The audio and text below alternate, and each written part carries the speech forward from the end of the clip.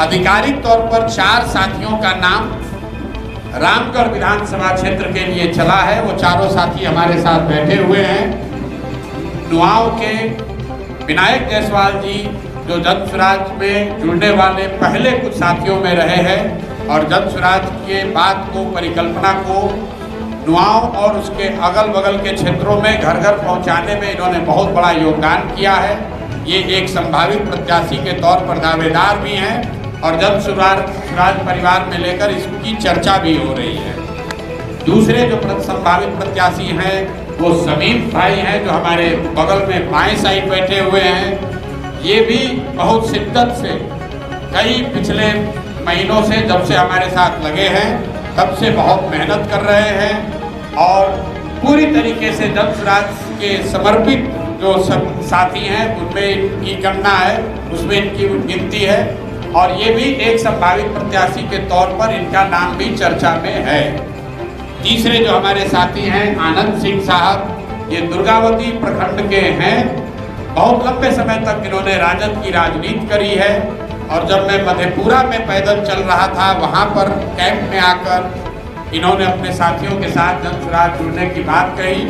उसके बाद से दुर्गावती प्रखंड में कई जगहों पर और दुर्गावती प्रखंड के बाहर भी बहुत मेहनत से जन स्वराज को दुर्गावती प्रखंड में जो लोग जानते समझते हैं उनमें एक बहुत बड़ा वर्ग है जिसमें आनंद जी का सहयोग है, आनंद जी के प्रयास का असर है। और चौथे एक सज्जन जो कि जन स्वराज से बहुत थोड़ा पहले से जुड़े हैं लेकिन जमीन पर बहुत सक्रिय नहीं रहे क्योंकि जुड़ने के बाद थोड़ा बीमार पड़ गए थे, सुशील कुशवाहा जी। सुशील कुशवाहा भी यहाँ पर उनका जो क्षेत्र है वो रामगढ़ विधानसभा क्षेत्र के बगल का है।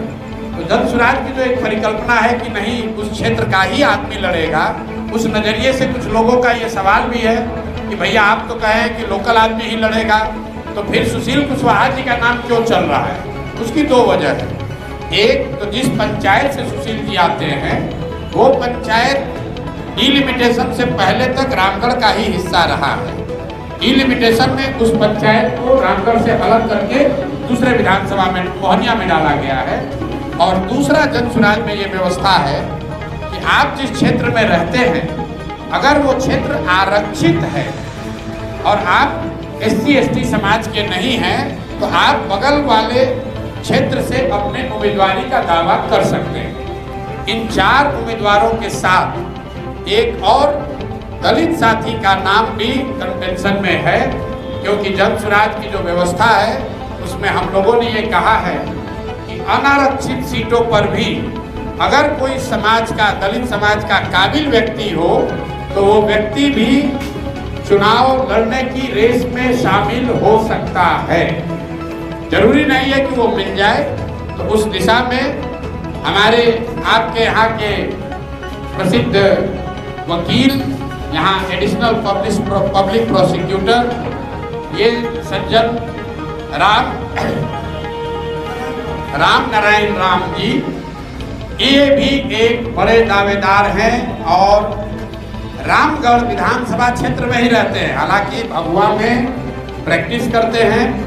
बहुत लंबे समय से समाज में दबे कुचले लोगों की, गरीबों की, SC/ST समाज के लोगों के खिलाफ जब भी अन्याय हुआ है इस क्षेत्र में वो लड़ते रहे हैं उनकी आवाज़ बनकर।